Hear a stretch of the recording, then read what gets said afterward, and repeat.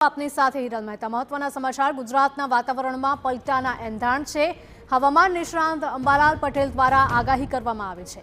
તારીખ 28 થી 30 માર્ચ દરમિયાન કમોસમી વરસાદની શક્યતા છે। ભારે પવન, મેઘગર્જના અને માવઠાની આગાહી છે। રાજ્યના ભિન્ન ભાગોમાં પવન ફૂંકાશે તેવું અંબાલાલ પટેલે કહ્યું છે। દરિયા કિનારાના વિસ્તારોમાં 40 કિલોમીટર પ્રતિ કલાકની ઝડપે પવન ફૂંકાશે। दक्षिण गुजरात, मध्य गुजरात हवामान में पलटो आवी शके।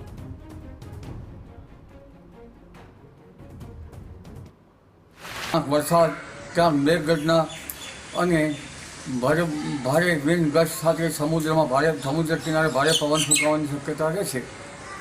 जेमां लगभग तारीख 28, 29 અને 30 में गुजरातना भिन्न भागों में भारे विंड गस्ट पवन फूंकाવાની शक्यता रहे छे।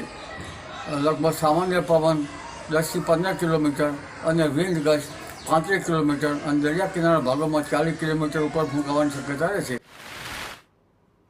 तो बंगाळना उपसागરમાં सीजनની પ્રથમ સાયક્લોનિક સિસ્ટમ તૈયાર થઈ રહી હોવાનું અંબાલાલ પટેલે જણાવ્યું છે, જે આગળ જતા સામાન્ય વાવાઝોડામાં પરિવર્તિત થવાની શક્યતાઓ સેવાઈ રહી છે, જેને પગલે પણ ગુજરાતના વાતાવરણમાં પલટો જોવા મળી શકે છે।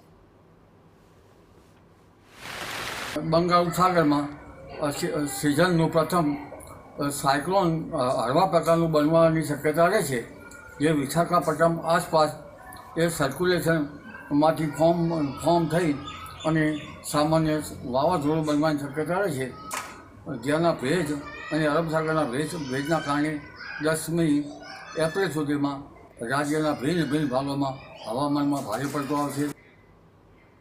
सांसदों बाद हवे गुजरात में